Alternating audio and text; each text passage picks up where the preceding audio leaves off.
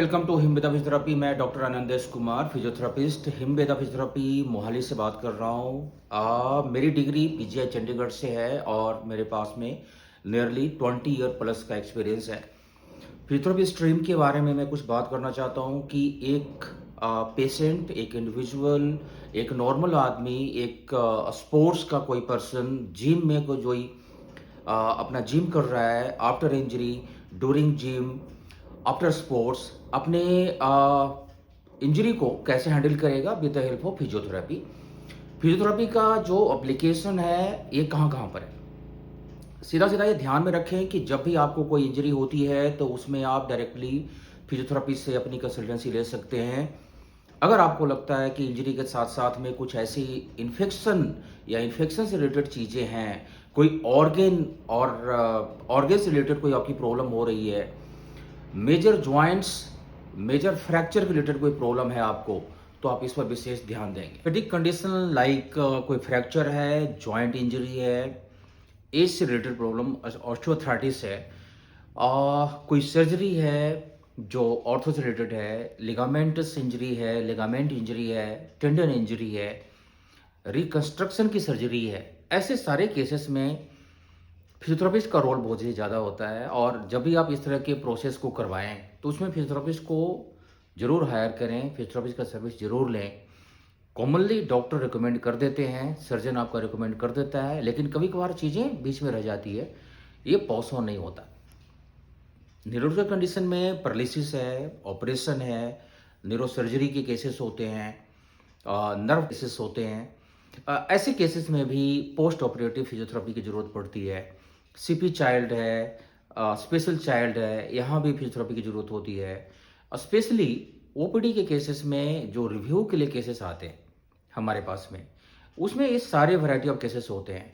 Physiotherapist ICU के cases को भी हैंडल करता है और आईसीयू के पेशेंट जब रिकवर कर जाते हैं, उनकी रिकवरी हो जाती है, जब वो घर आते हैं या फिर ओपीडी में से निकल कर के हॉस्पिटल से निकल कर के अपने किसी खास जगह में आते हैं जहाँ पर कि उनको रिहेबिलिटेट किया जाता है, रिहेबिलिटेशन की जाती है, यहाँ पर भी फिजियोथेरेपिस्ट की ज़रूरत पड़ती है। तो आप अगर किसी ने रिकमेंड नहीं किया तब भी आप फिजियोथेरेपिस्ट को कॉल लगाएं और उनको बुलाएं और उनसे असेसमेंट करवाएं। अगर ज़रूरत पड़े तो उसका ट्रीटमेंट भी लें।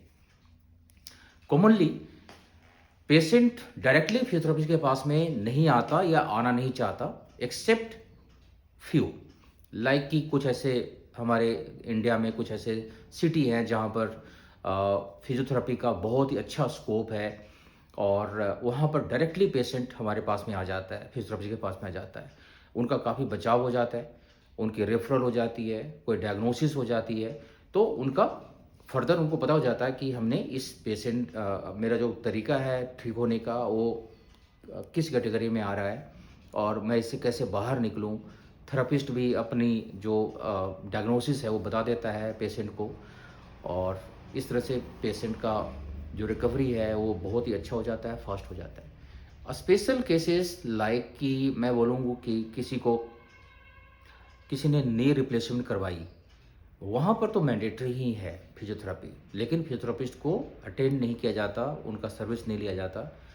कभी कभार बोल दिया जाता है कि ये सर्जरी आपकी कर दी है हमने और आप ठीक हो गए, तो ये फिर पेशेंट का जो आगे का समय है, सपोज कि पेशेंट 40 ईयर का है और आने वाले 10 साल के बाद उसको तकलीफ स्टार्ट हो जाती है नी जॉइंट में या हिप जॉइंट में या लोअर बैक में, वहाँ पर वो मुश्किल में आ जाता है क्योंकि ऑलरेडी उसका एक जॉइंट ऑपरेटेड है। तो ऐसे केसेस में होल एंड सोल देखा जाता है कि पेशेंट का कितने समय से वो तकलीफ़ में था, तो उसके मसल्स वीकनेस आ जाती है, उसके पोस्चर ख़राब हो जाते हैं। इन सब की posture correction, muscle build up, strengthening exercises ये बहुत ज़रूरी होती है। तो इम्पोर्टेंट ये है कि जब भी रिप्लेसमेंट के कोई केसेस हो, ऑर्थोप्लास्टी के केसेस हो, तो ऐसे में फिजियोथेरेपी मैंडेटरी है और ज़रूर करवानी चाहिए।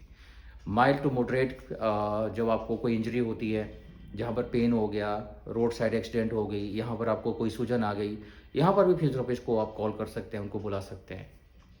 स्पोर्ट्स के केसेस में तो बहुत ज़रूरी है, आपको इंजरी हो या ना हो, अपने फिजियोथेरेपिस्ट से ज़रूर रिव्यू करवाना है और उनके रिकमेंडेशन को फॉलो भी करना होता है। प्रिवेंटिव मेजर्स भी लेनी है, क्यूरेटिव मेजर्स भी लेने हैं, ये बहुत ही ज़रूरी है और इस तरह से चीज़ें कर सकते हैं। गेरेटिक एक बड़ा ही इम्पोर्टेंट पार्ट है जहाँ पर कि ओल्ड एज पेशेंट को मैनेज हम करते हैं। यहाँ पर उनका टोटल हेल्थ देखते हैं, बोन की क्वालिटी देखते हैं, जॉइंट्स देखते हैं, उनका पोस्चर देखते हैं, उनमें एडीएल्स में क्या क्या दिक्कतें हो रही हैं ये देखते हैं। उनको किस किस चीज़ों की नीड है प्रेजेंटली, वहाँ पर कहाँ डिफ़िकल्टी हो रही है उनके एडीएल्स में ये देखते हैं। आने वाले 2 साल 4 साल 5 साल के बाद उनको कितनी उम्र होगी, उसके साथ में उनको क्या चाहिए। कुछ ऐसे केसेस होते हैं ओल्ड एज में जहाँ पर कि वो हैंडीकैप्ड होते हैं, वहाँ पर भी फिजियोथेरेपिस्ट का बड़ा इंपॉर्टेंट रोल है ताकि वो मिनिमम लिमिटेशन हो अ, कोई काम को करने में। जैसे ही वो अपनी टेक्निक या टेक्नोलॉजी का यूज करें तो फिर वो अच्छे से उसका फ़ायदा ले पाएँ। तो यहाँ पर भी बड़ा इम्पोर्टेंस है फिजियोथेरेपी का।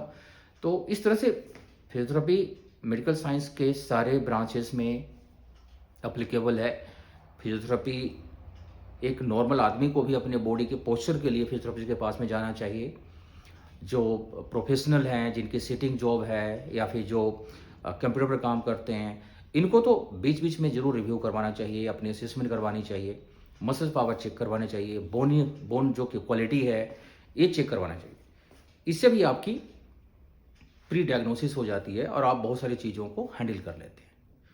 सो जब भी आपको फिजियोथेरेपिस्ट की ज़रूरत हो, आपको समझ में आ जाता है कि मुझे इस तरह की तकलीफ़ है और इसमें फिजियोथेरेपिस्ट बेहतर हेल्प करता है और मैंने कुछ इंडिकेशंस भी बताए हैं, तो इसको ज़रूर कंसीडर करें और ध्यान में रखें।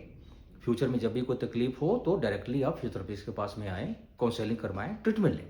और बहुत ही एडवांस ट्रीटमेंट है, बहुत मशीनें अच्छी-अच्छी मशीनें होती हैं, मैनुअल थेरेपी का टेक्निक्स है। इसके साथ में कुछ असिस्टेड ट्रीटमेंट भी देते हैं, लाइक कपिंग, ड्राई नीडलिंग, लेकिन मैं इसको not a part of physical therapy, इसको मैं एक असिस्टेड ट्रीटमेंट में ही मानता हूँ। ये हमारे मेन ट्रीटमेंट या कोर्स कुरिकुलम में नहीं है। सो अगर कोई दे देता है, उसके लिए कोई चार्ज नहीं करता, तो ज़रूर ले लें, करवा लें और सेफली करवाएँ। सो वीडियो अच्छा लगा हो लाइक करें, सब्सक्राइब करें। Thank you.